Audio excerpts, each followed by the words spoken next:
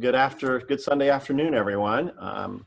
Thanks for joining us in our first virtual format for this meeting. We hope one day in the not too distant future to be back in person together somewhere on the BeltLine, talking about advancing the cause of transit on the BeltLine. I'm Matthew Rao, and along with Patty Durand, who's also on this call and will also be presenting with me, we co-chair BeltLine Rail now. We are a citizens activist group, and we formed a little over, it's going on 3 years ago, to assure that the vision contained in Ryan Gravel's original thesis and put into action by the city of Atlanta many, many times over the last nearly 20 years would become a reality in our lifetimes. And at the time, it was not scheduled to do that. Mark, could you go one slide additionally? And great. And I'm going to let Patty say just a few words because she will be speaking later in the meeting, and I want you to hear from her now as well. Hi everyone, this is Patty Durand, and I look forward to updating you on the progress of the East Side BeltLine Trail, and that'll be coming a little bit later on. Great. And so you guys can see we're going to be meeting for about an hour today. There will be a time to ask questions. There is a chat window. For those of you not as familiar with Zoom as others, you can find that chat window located in the bottom of your screen in a toolbar with several buttons. As you have a question, please type it in that chat window. And Mark Brodbeck, who we thank for organizing today's technology platform and running the meeting, will be monitoring those questions and at the end asking them and then doling them out to either Patty, me, or Michael Fleming, who will also be presenting during our meeting. I see a lot of you from before, and I see some new faces here. So I'm going to again say a little bit more about BeltLine Rail now and what we've been engaged in the last 2 years. We were successful back in 2018 in getting MARTA to include the entire J, that's the section of the BeltLine from Armour Yard at /Lindbergh clockwise around to Bankhead in its More MARTA program, for which we in the city of Atlanta are paying a half-cent sales tax. And while that was a victory at the time, what has emerged later is that the build out for the BeltLine is going to take a long time, and Patty and Michael are going to say more about that later, and we're working to changing that. We've also been making inroads into building support within the communities that the BeltLine touches and dealing with hotspots as they come up. You might recall our candidate forum last spring. It seems like an age ago since this election went on for what seemed like 2 years. And you might recall our Transit in a Pandemic forum we had with Jeff Parker and Clyde Higgs. Those we did in the virtual format. So today we're going to be talking about, while it seems like maybe not much is getting done, a lot is actually happening both in government, at MARTA, and here at BeltLine Rail now. And we're going to update you on what we've been doing and take your questions and comments about that. We couldn't do it without your support. When you like something on Facebook, when you write a letter, when you make a phone call, that is all citizen action. And there are a lot of people that pay attention to our Facebook thread. We have 2,500 plus, I think, following, and many of those are people in government and people who have decision-making roles. So we're going to talk about 3 things today. What's going on down at Murphy Crossing, which many of you have been involved in or are following. We're going to talk about a big initiative that we have undertaken this summer and fall, which is our transit funding white paper, our BeltLine funding white paper. And then we're going to talk about the first promise of construction on the East Side BeltLine. And then we're going to give you some things that you can do immediately, passively, or actively as we close and take your questions. Let's go to our next slide. So we want to answer one question before we get into this for those that don't know already. What is the BeltLine and what is BeltLine Rail? The BeltLine is a 22-mile loop of planned transit and trails that circles the city of Atlanta at a distance of 2 to 3 miles and was envisioned by Ryan Gravel, who was then a Georgia Tech graduate student, and then later adopted by Mayor Shirley Franklin and Council President Kathy Willard. And Kathy Willard really got this going and got this on, literally on the map. And since then, and during the 2000s, 2010s, a lot of work towards making this 22-mile loop a reality has gone on. And you see the evidence of that in the trail that you see everywhere. We talk to people all the time who don't know that transit is part of this program, but transit was the essence of the program in the beginning. The rest of it made it unique. So this map here shows the MARTA lines, east and west, with 5 points in the center of all that. And it shows the adopted preferred alternative for rail, which is really about 2 years old now in this map, on the northeast, southeast, southwest, and northwest side. Our first topic here is Murphy Crossing, which is down here at the southwest side. The BeltLine crosses MARTA heavy rail at 5 points, 4 of which have been planned to have what we call infill stations. These are new built stations that are designed to connect the BeltLine Rail project directly to MARTA's heavy rail system. And the implications of this are huge because in the original BeltLine design, and unless these infill stations are actually built, the BeltLine Rail will have to turn out towards an existing MARTA station in several locations, making it more time consuming and missing the potential of connecting development, transit, and future growth and density to equity and affordable housing for those in the neighborhoods that are affected by it. And so we're going to start here at Murphy Crossing because this summer, just before the summer got crazy, it bubbled up the fastest. Next slide, please. So we're going to be talking about the RFP. RFP is an acronym for Request for Proposals. Murphy Crossing, let's go one more slide, Mark. Murphy Crossing, and this was an early rendering, Murphy Crossing sits at the intersection of MARTA's red and gold lines and the southeast and southwest BeltLine segments. It intersects with 3 neighborhoods directly. Let's go one more, and touches on several indirectly. So the circle in the map is Murphy Crossing, and you see that it sits not quite halfway between West End and Oakland City. And this summer, and let's go one more slide. And this is an aerial view of Murphy Crossing. And that is 20 odd acres of land. And then there are another 9 odd acres of land that say Avon site on this that are also really on the direct connection of the BeltLine to the city streetcar system that are going to be developed. But right now we have been involved, and one among us in particular, Beth Smith, has been very involved in building relationships. We've been working with a coalition of neighbors and neighborhoods that developed to engage with at BeltLine, Atlanta BeltLine Inc. to build a new RFP. The first RFP was canceled for many reasons, but we're glad it was canceled because it allowed a complete relook at what should happen on this property and how to get the BeltLine MARTA connection at the center of it. And that was not going to happen. And I think the neighborhoods realized that, Adair Park, Capitol View, Oakland City, and the others that touch it, they realized that was not going to happen. And why it's so important to us as advocates for BeltLine Rail is what happens here is probably going to happen first. It's probably not going to happen at Halsey first. It's probably not going to happen at Armour first, or at Boone or Bankhead first. It's probably going to happen here first. And because of the amount of acreage that adjoins us, how it develops is the future of transit-oriented development. And the process is the future of transit-oriented development for Atlanta. So we've been busy behind the scenes, and we've been educating, we've been advocating, and we've been answering questions for the Murphy Coalition.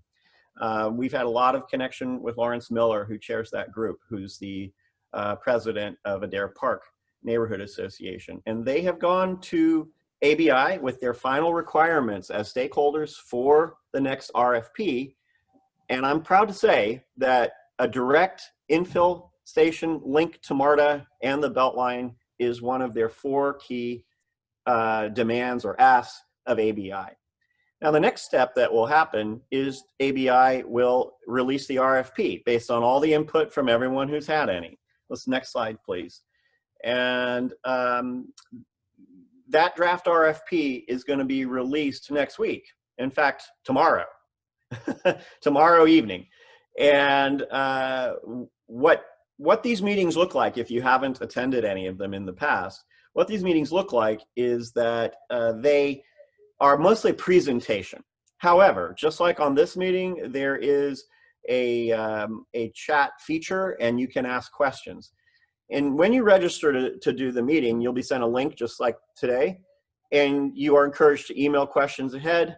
But my recommendation based on attending prior meetings is that you ask your questions in the chat or that you comment in the chat. And so this will be the first look to see how much of what we're asking for has ended up in the RFP. That document, when it's finalized, will be what ABI tells developers for the 20 acres they must do to even have their development considered as one of the candidates. So it's really important. And on the next page, and Mark, can you put in the chat window the link to register? Yep, we'll do. And so you all who are on the call can capture that link and join the meeting tomorrow. Let's leave this up a little while longer. And I just want to say that it has been a pleasure. If any of you from Murphy Crossing are on today's, or those areas are on the call today, I just want to say it's been a pleasure getting to know you and helping revive the idea of a real node. Let's not forget that in addition to the Beltline and MARTA, that Campbellton Road Light Rail is very nearby, and East Point Station, where Clayton County Commuter Rail, MARTA's program is scheduled to end, is also not far away. And both of those could be extended directly here, as well as laying the groundwork for potential commuter rail, intercity rail, and other kinds of high capacity transit like BRT, which also is going very, very near this station on the east side. So let's go on to our next topic. And we'll give a report about this later. And this is what we've spent, some of us in this group, the last 3 or 4 months doing. We took a look at MARTA's, let's go to the one more slide. We took a look at MARTA's long-term, and this is codified in the ARC Draft 2050 report, what we're actually going to build by 2050.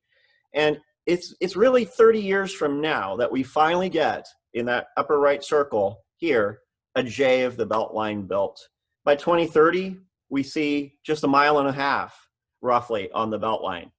And then it's 2035, 2040, 2045 before we see much. And we had to ask ourselves, for a project that has had this much planning, that is the most shovel ready of all the major transit projects, why? Why is it taking so long? And our conclusion is there's not enough money right now. Because that J, this part that's even built here, the whole right-of-way is controlled already by the city. A lot of environmental impact has already been done. So if everyone was saying to us, we don't have the money's coming, we decided to take a look at that. And I'm going to introduce to you, one more slide, please, Michael Fleming, who has done, yes, and show us the money. And we think the money's there. We just think that the way we funded transit in Atlanta may not be the way to be successful in actually building things in our lifetime. So Michael Fleming, who has a lot of experience in city government and in researching these kinds of projects, has been busy, and we have been writing a weighty transit white paper, which we intend to use with leadership, policymakers, and political folks to change the conversation. Instead of the conversation being if or when, instead of the conversation being if we're going to build a Beltline, it's going to be when and how are we going to get the money, and when are we going to start construction. Let's go one more slide. I want Michael to give you a preview of the big picture of this. We're not going to get into the details yet. We're not done. We anticipate it being done either later this month or in early December, and you'll be able to see it on our website when it's completed. But Michael's going to give you some highlights about how we saw the problem and how we see the solution. Michael, I'm going to turn it over to you. All right. Are we starting with this slide just for intro? Or do we want to go ahead and go to the next one? There we go. Good place to start is how much is the BeltLine going to cost if we do the whole thing? And it was important to us that we include realistic estimates for doing the infill MARTA stations that are going to make the seamless connections possible. So we went back and looked at all the different cost estimates that have come out there. The original redevelopment plan that helped create the BeltLine tax allocation district back in 2005 was estimating right at $1 billion and thinking that there would be a 50-50 split, half of that coming from the TAD, half coming from the Federal Transit Administration. Well, things have changed since that time. When MARTA and ABI completed the BeltLine Tier 1 Final Environmental Impact Statement in 2012 and received a record of decision from the federal government the following year, cost estimate was about $1.6 billion. The slide we saw a little bit before that had all the circuitous connections to existing MARTA stations was the baseline assumption in that one. In 2013, Atlanta BeltLine Inc. put together a strategic implementation plan for what it would take to get the BeltLine full vision, including transit, done by 2030. The cost estimate they came up with was about $2.3 billion. They included a couple of infill MARTA stations there, but the major conclusion was we're more than $1 billion short to reach that goal. And they identified some of the funding sources that we've decided to pick up on, investigate in other places, and have highlighted the ones that their report from 2013 began to talk about. So this work is out there, we just took it to another level. When more MARTA evaluation process was going on in 2018, MARTA, this includes some rather low ball cost estimates for what it would take to do 4 infill stations. And then when MARTA submitted plans for what they actually plan to do on the BeltLine to our new ATL board, which governs and decides and helps our region coordinate on putting a common voice to the federal government about what our priorities are. The cost estimate dropped down a little bit, but here there are no infill MARTA stations included. So finally, for the purposes of our paper, we're thinking doing the BeltLine right cost about $2.5 billion. We can move on to the next slide.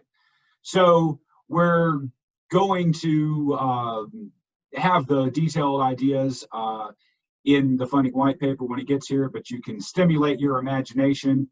And if you're good with percents, you can probably figure it out from here.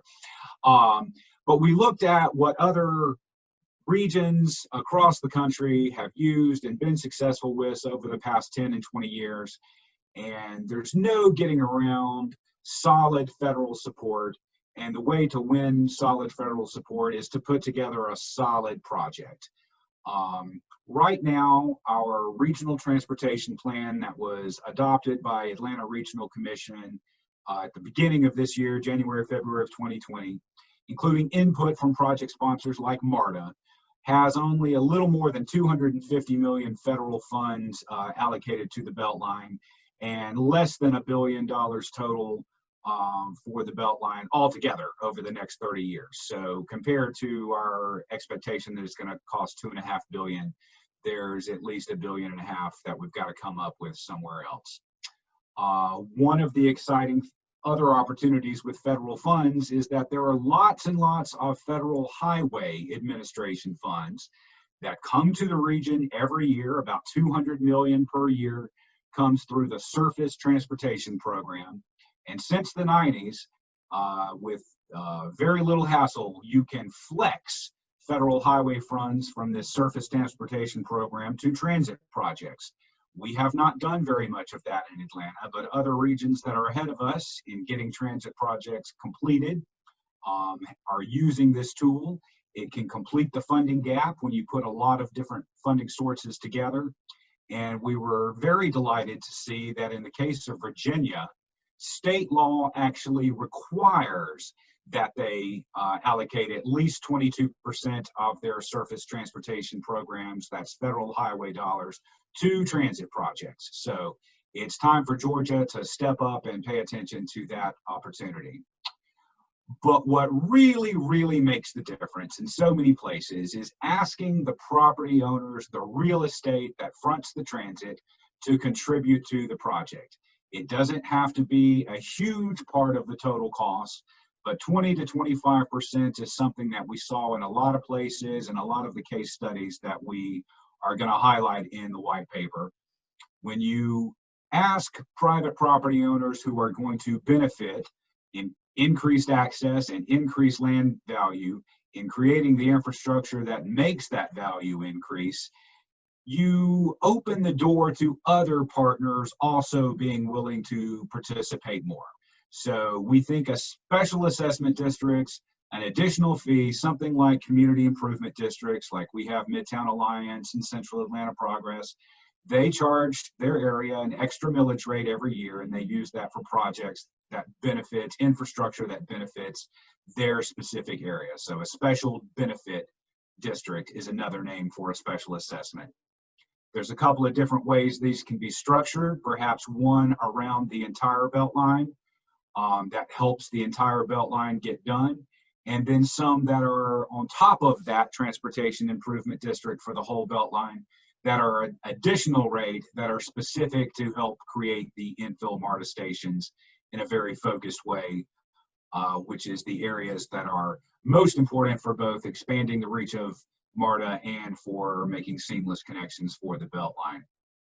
Now, sales tax, we have the more MARTA tax, and the City of Atlanta also got to do its first transportation special purpose local option sales tax in the same year.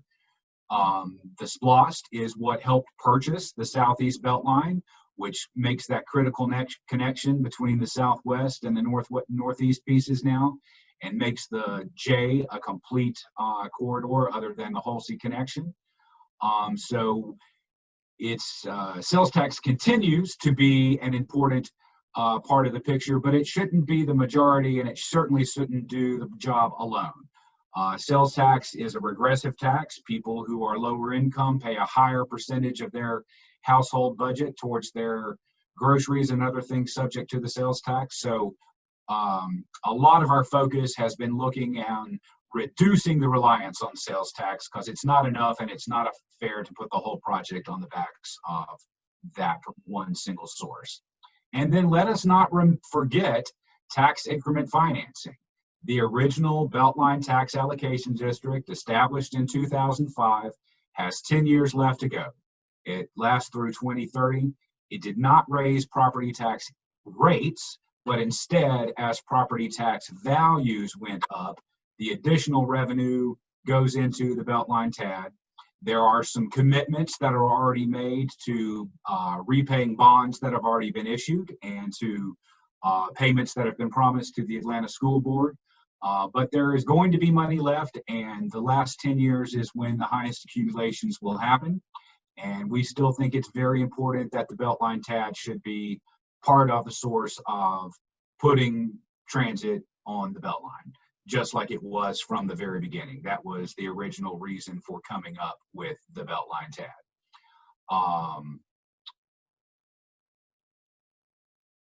All right. Also want to talk about the reason that there are two different columns in this chart. On the right, we have federal TIFIA loans. So the Transportation Infrastructure Financing Innovation Act creates low-cost federal loans that are a very responsible way, very low interest rate way of, you get a loan from the federal government with a very low rate if you have to have a repayment source. So sales tax and special assessment districts are two ways that we might be able to access money decades sooner than we would otherwise through a TIFIA loan. Got a question here from one of my colleagues to talk a little bit more about what might be included in a special assessment district. When we look at peer cities across the country, there are different ways of slicing who should pay, and most generally the ones that are successful focus primarily on income generating property. There was an attempt a decade ago to do a Peachtree streetcar special assessment that would have excluded the zoning category of single family. Other places have put the emphasis on excluding owner occupied, whereas anything that is a rental property and therefore income generating for someone might pay, whereas an owner occupied property might not. We do not get into the specific details of that precise split. Certainly, it could be limited strictly to commercial property. The main point that we're trying to bring up now is that this is a technique that has been successful and is much more balanced than relying on sales tax alone.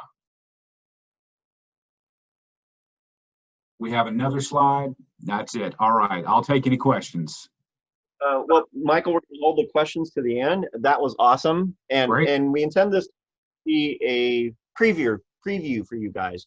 What we're doing, and we've never done this in our 2.5-year history, we are undertaking basically a scholarly work, but done at the level of activism and advocacy and geared at the person who's in decision-making roles, in policy-making, in planning, but also at the members of the general public who are interested and affected by the BeltLine and BeltLine Rail. So it won't be as dry, it's gonna be colorful, and we're in the process of adding that color right now. And it's gonna be about 40-ish pages in length, so it will be digestible. And it will, we think it's going to change the conversation about the BeltLine Rail, and we hope it will jumpstart a new conversation about how we get it done. I'm going to bring back Patty Durand now, and she's going to give us what may be the most bit of exciting news to come along during the COVID period, which is a little preview of whether or not construction is actually starting to inch towards beginning on the first section of BeltLine Transit. Patty, why don't you take it now? All right, thank you, Matthew, and thank you, Michael. Before I jump into the Phase 1 East Side Rail update, I wanted to answer a comment from one of our viewers about our communications and political roadmap for the funding white paper. I do want to say that we expect it to change the conversation. I want to reiterate what Matthew said. But if it doesn't change the conversation, then the role of our group as a citizen advocacy group is to force that change through demanding our public officials respond to us in a public forum. And we do that through organizing, through phone calls, emails, letters, postcards, and showing up at public hearings and having private meetings. Basically, all the usual organizing techniques that you would use to make our public officials respond to what the citizens want. We hope we don't have to do that. We hope that they'll get this and they'll say, oh, this is the missing piece, the money, of course, this is great. Let's use some of these ideas. We don't expect them to do that. And next year is a great, in terms of timing, is a great year because that is when the city council and mayor elections are. So those people will need to respond to the public depending on how well we turn people out and what the demand is from the Atlanta public for the BeltLine Rail to proceed. But if we're successful and the demand is there, then we can hold them accountable at the ballot box, or maybe run candidates that support more transit in Atlanta so that we can get this done in our lifetimes. So first we'll be meeting with people individually, our leadership, and asking them to do more. And then we'll be bringing it back to the rest of you with further updates and further requests for assistance. That's the big picture, 50,000 view for the funding white paper. But let's talk about the Phase 1 East Side Rail project because it has begun, which is exciting. So next slide, Mark. So this is just a funny graphic. Many of you would have seen it already. There's more to this. I just took 2 of the 4. If you show 200 people and about 177 cars, how much space that takes, and how little space a single light rail train takes for that same number of people. We've got other images of how many on bikes and how many on some buses. And of course, both of those are a little bit more than the train, but way less than the cars. And yeah, this is what we want. This is what many citizens in Atlanta want. This is what we've self-taxed for. This is what we've asked from our city leaders for, from the BeltLine and for other transit projects, but this is not what we're getting. So that's why we exist, and hopefully that's why you're on the call with us, on the webinar with us today. Next slide.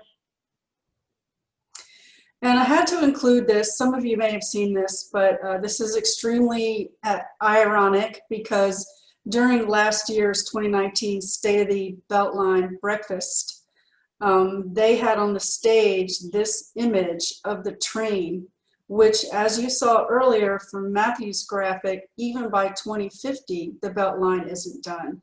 What he didn't point out that I thought about highlighting but didn't was that the Emory-Clifton corridor is done, but the actual BeltLine is not done. And the Emory-Clifton corridor is frustrating because it does not connect people around the city like the BeltLine does in a circular route connecting to MARTA rail stations. So yet they put this graphic on the stage behind the speakers, as you see the speaker chairs, and it's just pretty outrageous. What they should have shown was just the trail, because that has made good progress, but rail hasn't made any progress until now. And so next slide, we'll show you what that is. Oh, I thought this was also a little bit funny. In preparing the deck for you to see today, we were knocking around on Atlanta BeltLine's website trying to find some details and some images, and if you click on transit and then transit planning in progress, you'll get this 404 error. Just to show you the additional irony of rail in this project. Okay, so this headline was, you'll see in the footer, was written up by an article by a magazine called whatnowatlanta.com. And it talks about the surveyors are finally out in the East Side corridor starting last month doing data collection for where the stations should be constructed and just general surveying. It's not huge progress, but it is progress. So if you go to the next slide, I want to make sure I covered all the details. So I have a few notes here to share with you. So the press release that MARTA issued said that it was to begin engineering and ultimately construct rail transit. We want you to know, and many of you hopefully know, that this project on East Side Phase 1 is to connect the Atlanta streetcar to the BeltLine, to the beginnings of the BeltLine. There was some controversy over why this part of the BeltLine first, why not an area that was more deserving, maybe that needed transit more than this area does. And the reason is because of the streetcar. The city and MARTA wanted to get the streetcar going somewhere because, as we know, it is not well loved and is hardly ridden at all because of a variety of problems, which I'll show you in a second. But one thing that shocked us and disappointed us is that this tiny segment just from Irwin Street to Pont City Market, which is maybe a mile, not including the streetcar, but just from the BeltLine, will take 7 to 8 years, which is just, you know, frankly insulting and frustrating. So the reason the segment is first is because the East Side BeltLine is the farthest along. And in terms of proof of concept and getting something out the door quickly, although 7 to 8 years is not quickly, this one is the fastest one to be able to do that, this project. So next slide. The reason that I say that the streetcar is not well loved is, while it looks pretty, it's hiding quite a few flaws. The flaws include the fact that the red lights, the street lights are not synchronized, that the streetcar is in the lanes of traffic. So if you go to the next slide, you'll see a pretty common problem where vehicles are parked in or even break down in a lane of traffic, stopping the Atlanta streetcar completely from operating. And it has this really horrible loud horn that the driver lays on for something like 5 minutes straight. And that's near the building where I used to work at, the Hurt building, and you could hear that horn for blocks and blocks. You have to cover your ears and end all conversation when you walk by it.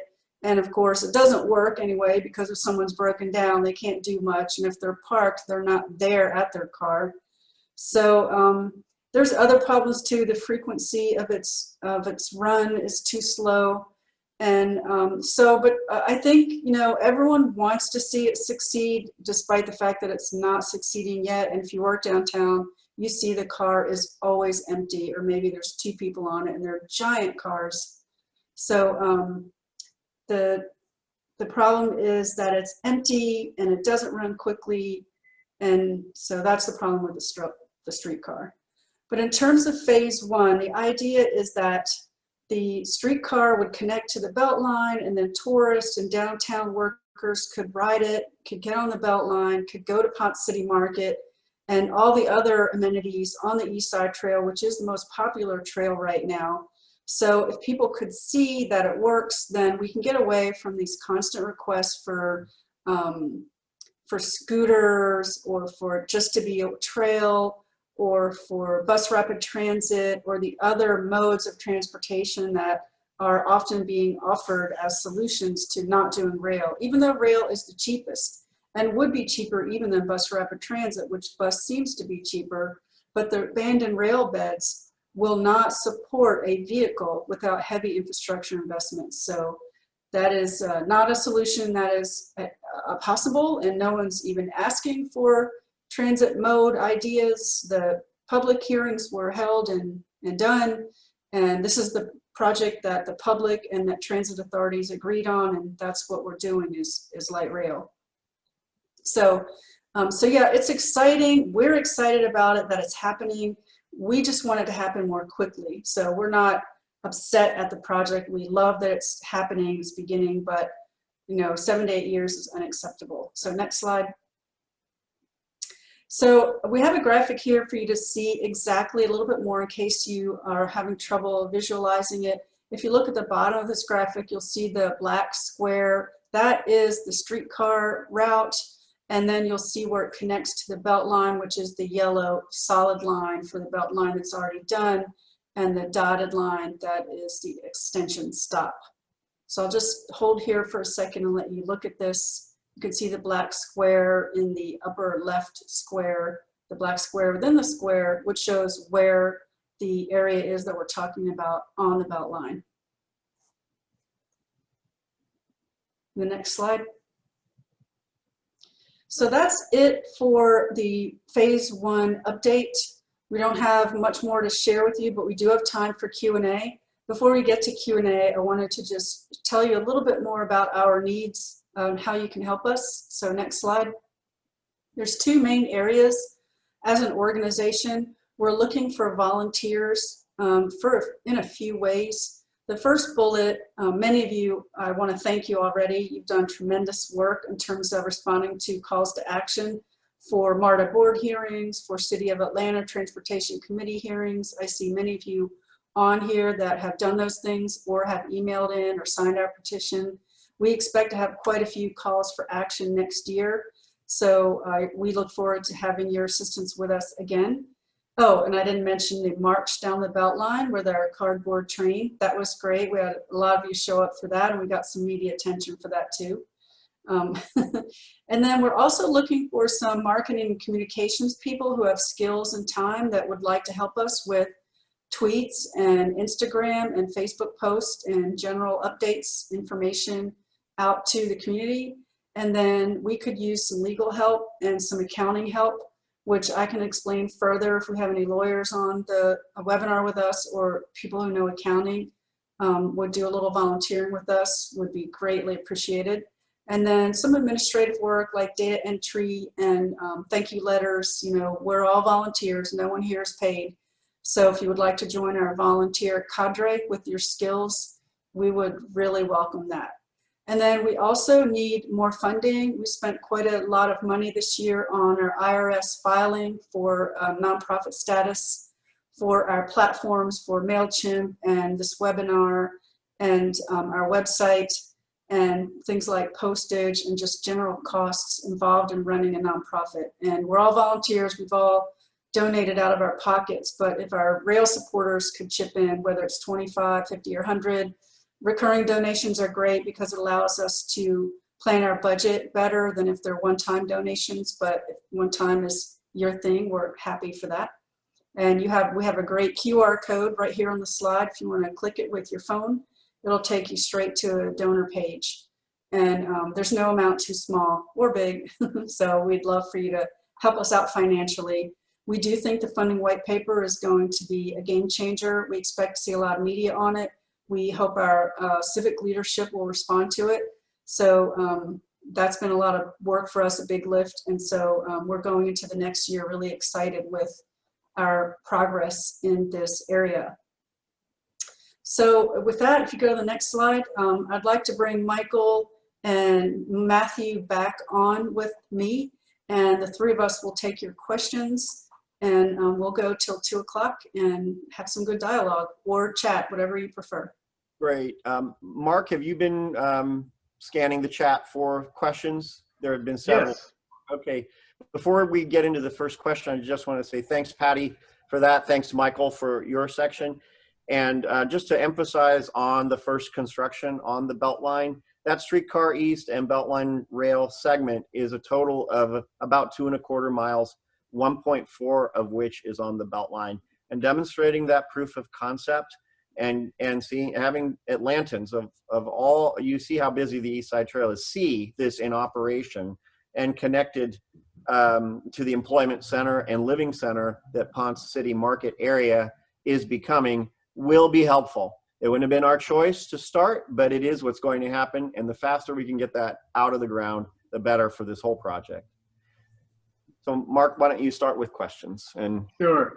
I saw one that says, what about engaging business leadership whose political capital were so important to first getting the BeltLine off the ground? Patty, do you want to take that one? Yeah, well, we are really focusing on the civic leadership. We've had a lot of meetings. Matthew, Beth, Robin, myself, quite a few of us on the leadership team have met dozens of times with people the past year and a half. The city of Atlanta is really the area that we see as the area, as where the leadership needs to come from. The business community definitely wants rail. They have supported it all along, but the city leadership has gotten distracted for a variety of reasons, which probably isn't appropriate on a public forum like this to talk about.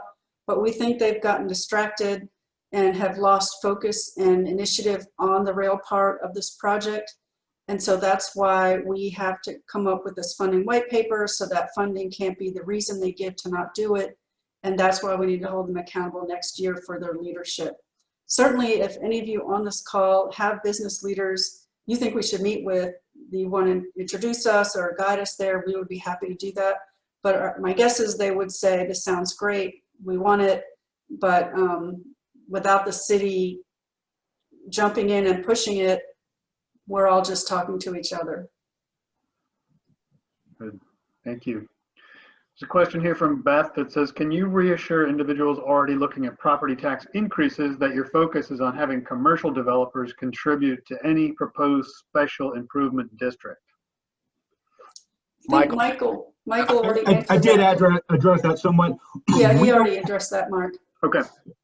I'd add one thing. The last part of that, the assurance, that's a political decision of how these special use districts, special assessment districts are structured. And so when the city decides that it wants to do something like that, then is the time to make sure that there's not a negative impact on those people. I hope that answers it, Beth. Let me add something. We explore a little bit a concept called land value return that makes a distinction from the value of buildings, which are generally created by private enterprise, and the value of land, which is generally created by public investment. And it is the public investment that creates land value that we are hoping primarily to recapture. That would actually make the BeltLine a pioneer in North America in splitting the land value from the improvement value in a special assessment district. One of the implications of that is that vacant land is contributing just as much as land that has already got buildings on it, if you take that approach. And that should accelerate construction of land that's being speculatively held right now. Thanks, Michael. Question from my friend Bakari. Given the average time frame of building light rail in America, how long did you all originally anticipate the proposed BeltLine rail lines to be built? Michael, you were around at the beginning. What was the initial, way back when, estimated completion? I imagine in 2005, the expectation would be that the BeltLine would be complete by 2030 when the TAD ran its 25-year course. And that's we believe that if we get it going, we can have at least the J part that is under city control today under construction by 2030, if not open. And we'd like to see progress towards the whole loop being done by 2035. I think this brings up another question. If our experience is only what's happened in Atlanta on transit, we would be convinced that small amounts of track mileage take decades to build. But one of the things we've had the benefit of doing in looking around the United States at other cities is to see that once a political decision was made and once a funding source was identified, these kinds of projects can be built very, very quickly.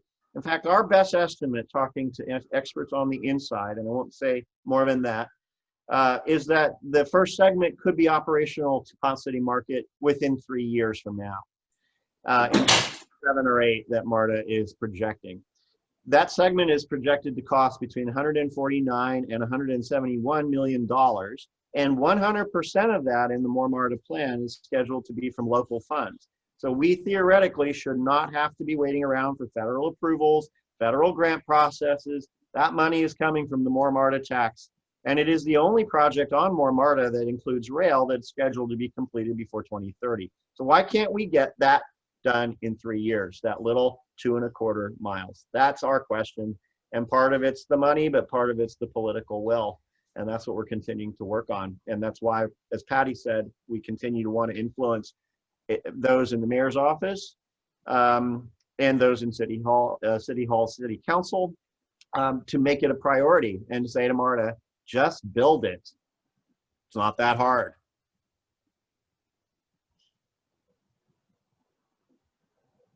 Next question. Question from Donald. I admire and fully support all of the rail efforts, but right now ABI still can't find even the roughly 11 million needed to get the South Side Trail under construction. How would we ever get 2.5 billion needed to fund the whole rail system? I'm going to ask Michael to answer part of this, but before he does, I want to say that just again, as an area, $2.5 billion is a very unambitious number.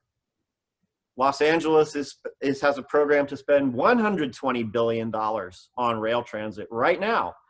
And their little people mover that goes from Los Angeles International Airport 3 or 4 miles to a car rental facility and links a light rail station is going to cost the same thing as this whole 22-mile loop is going to cost. So and then I would say to Michael, he's going to explain how we're going to get this $2.5 billion and how we're going to get it now and not in 50 years. You want to say something more about that, Michael, to answer Donald's question? Sure. I just, the sources that we talked about, the key that unlocks some of the other partnerships would be the special assessments. If private property owners are willing to participate, then the chances of getting Atlanta Regional Commission and the Georgia Department of Transportation to free up some of the flexible federal highway funds becomes realistic.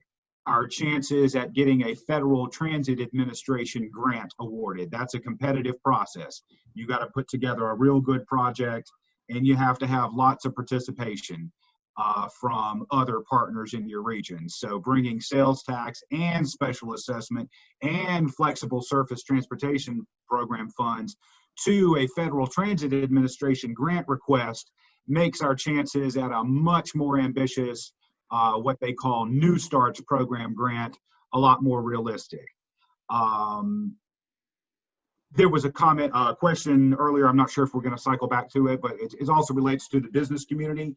One of the case studies we look at is the Tyson's Corner area of Virginia, where the Dulles Silver Line Phase 1 is already open, and actual service to the airport is going to open next year. That's something they've been working on for decades and decades. A special assessment district was the final piece that made all the funding come together, and the business community drove that effort. It was developers and real estate owners who put together a PR campaign that pushed it over the edge. And that's very important. And we hope that the white paper that we're putting out there would help stimulate a similar effort here, especially if the elected leaders need leadership before they will follow. There's also, just related to this $11 million question, I just want to put it out there that Atlanta BeltLine Inc. has a $5 million per year payroll cost, and we're not sure what the community is getting in return for that. A lot of yoga. Yeah. So I've been told that there are no more questions, so I want to just thank everyone for their time. Sorry, I didn't type my question out. Is it okay if I ask it verbally? Yeah, so I know there's traditionally been a lot of opposition to public transit in the United States because people have this idea that it will bring in undesirable elements. For example, the attitude in Cobb County. Recently, though, I've also been encountering a lot of, or talked to some people who are opposed to either the BeltLine or public transit, who are, I guess, would say would be like more progressive, and their concerns are that, well, public transportation is just a gentrification tool. So I recognize this is a legitimate concern, but I was wondering if anyone on this call has ways to address this idea that public transit is just going to come in and kind of displace communities, and it's really for professional elites. Sure, Nate. Yeah, Chad, do you want to? I also. Yeah. Well, let me start out, and you can fill in anything I miss. Thank you for the question. I realize now that I missed a slide in putting together this deck, and that is the slide on our affordable housing, equity, and transit piece that we did earlier this year. We did a whole 2 to 3 page deep dive infographic and fact sheet on this topic. And basically the issue that's been happening with the BeltLine is that the reason gentrification is happening is because there is no transit. I understand. It's essentially a linear mall. I live near the east side, and it's people drive in from OTP and they park on the streets, and yeah. Right. But transit is the driver for affordability and equity. That belongs as part of the project. That was Ryan Gravel's vision. This was always a transit project, and studies show that transit is what makes homes affordable, because then you don't have to have a car, you don't have to have as heavy vehicle infrastructure and parking costs. And we've documented that in a really nifty piece. In fact, while Matthew chimes in, I'll go get it and then put it in the chat box and you can download it. Great. Thanks, Patty. Yeah, it is a great question. It's a question that comes up all the time. And one of the key points we made in working with the Murphy Crossing Coalition is that in order for gentrification is going to happen. It's going to happen in the areas that the BeltLine touches. It's going to happen in other areas. And if we don't build the transit, the gentrification accelerates, and the displacement that accompanies gentrification accelerates. And that's really the problem. It's not only the gentrification, it's the displacement, because people can no longer afford a life where they had it. And people who would like an affordable life cannot locate there. A lot of the focus that the city will place on building affordable housing will occur on the BeltLine. But without the transit built, that affordable housing will either not be really affordable because people will need to afford a car and a car lifestyle to live there, or it will only be marginally affordable. And without the first class linkage to mass transit and to get where they're going, they will either need to have jobs within the immediate area where they live, or they will need to be spending half their life commuting.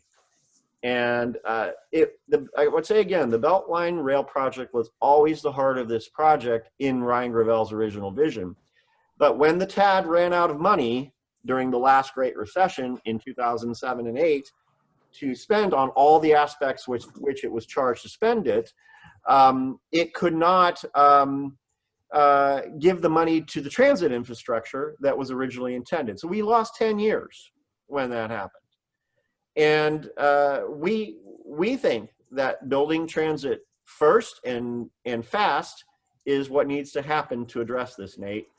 And that there are other things on the policy side that the city can do about property taxes, about legacy residents, about how to locate affordable housing and what the AMI for that is. Those we're interested in, but we are focused on building the BeltLine as the equalizer to all neighborhoods and all people. And I agree with you that it is more of an equalizing element. We spoke about political will, and I think we're kind of fighting an uphill battle on a lot of different fronts. Well, we think it is an uphill battle, but we think it's a winnable battle, or we wouldn't be here still fighting. So, one door closes, other doors open, we keep going. Awesome, thank you. Thanks for your question, Nate. Appreciate it. Can I add a little something? This is Michael here. Sure. The Atlanta Housing Authority has a huge role to play in this. There is a fantastic quote from a video made back in 2003. Anybody remember his name? Is it Anthony Pickens, I think? I believe our paper is going to have a link to this video, this blast from the past, or at least Ryan Gravel's website has it right now. And it's just a flat out realization observation. The Atlanta Housing Authority would like to create mixed-use communities, and the underutilized land along the BeltLine is a perfect opportunity for that.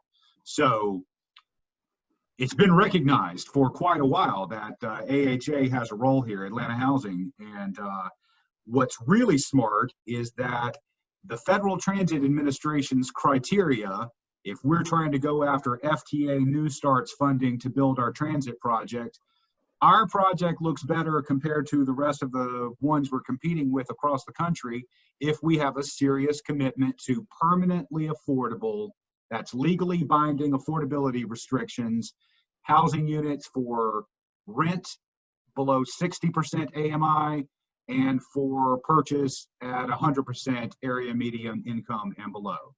And if you will notice the targets that ABI has right now, they're for 80% AMI rental and 120% AMI purchase. We don't even have our goals aligned with what's going to help us get transit money. So there's a first start. And AHA and the access to federal housing funds that they're going to have over the years, critical piece. So thanks, Michael. We are at 2 o'clock, which is the planned scheduled end for our meeting. If there are more questions and people want to stay on a few minutes longer, we can. Otherwise, I just encourage everyone, the couple of things you can do today. Patty outlined them. If you're interested in volunteering, you can email us at info@beltlinerail.org, or you can join that meeting where the RTP at Murphy Crossing is going to be unveiled tomorrow, the draft. And just having all these people on that meeting might say something to ABI. Typically, there are 60, 70 people on those meetings. Let's pack that meeting and let's have a few comments about transit and what you see. We anticipate seeing statistics, words, and visuals tomorrow. And then let's also remember that we need some volunteers to do specific things, and we need a little money in the bank. So click on that QR code and send us some money. Thanks. Hey, Matthew, quick question. You can hear me, right? I can. Okay, excellent. Yeah, it's been a while since I talked. I've been working with my own railroad in Douglasville, but I came back because I need something to do. But Yeah, I am about to graduate college soon. I do have a minor in marketing. So once I get that settled, I can definitely help with marketing ideas for BeltLine Rail now. And also, I'm curious as if the J section you talked about is either a full loop now or just still a J. I'm a bit curious about that.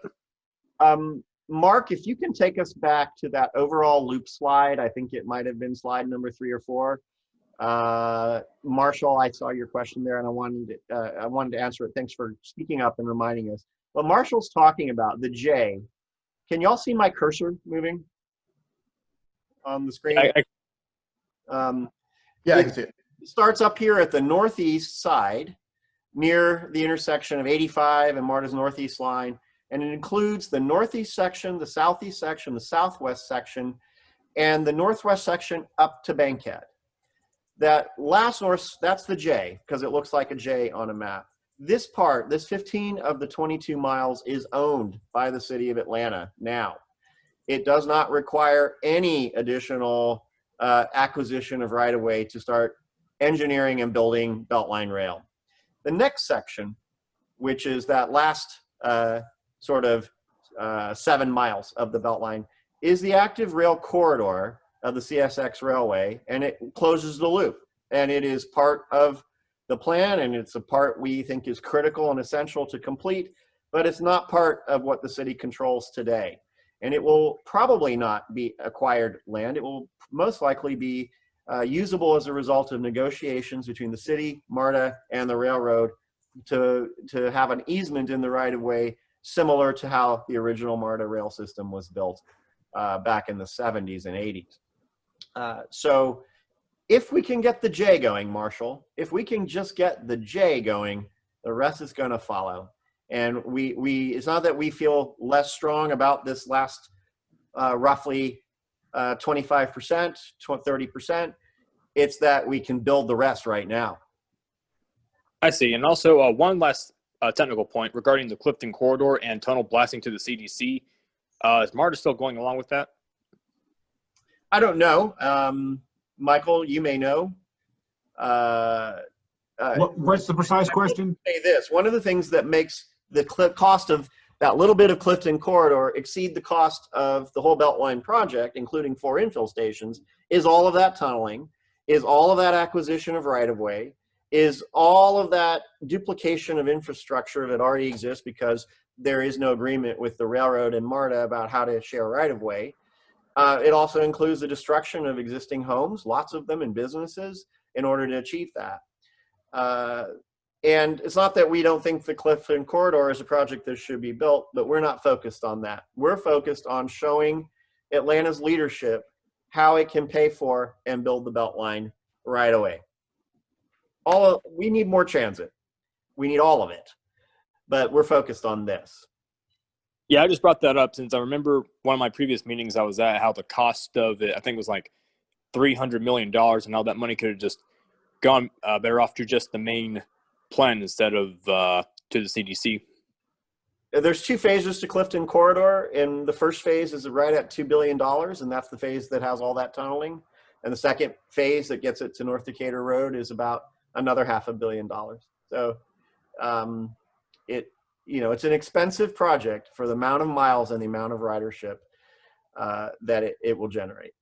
This project, the BeltLine Rail project, will generate in MARTA's estimates, which are generally not very flowery estimates, just the J, about 31 or 34,000 boardings per day.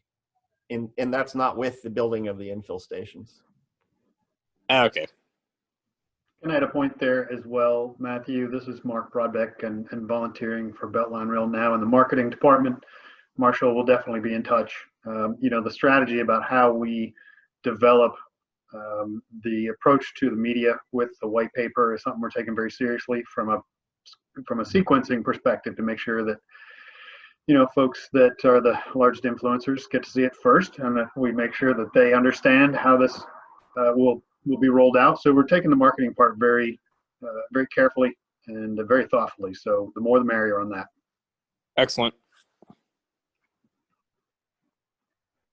All right, well, with that, I think we can call it a wrap. Thank you all for your attendance. Thank you for joining us today. Please reach out to us if you have further questions, and we look forward to our next interaction and update with you. Thank you. Thanks, everyone. Thank you all.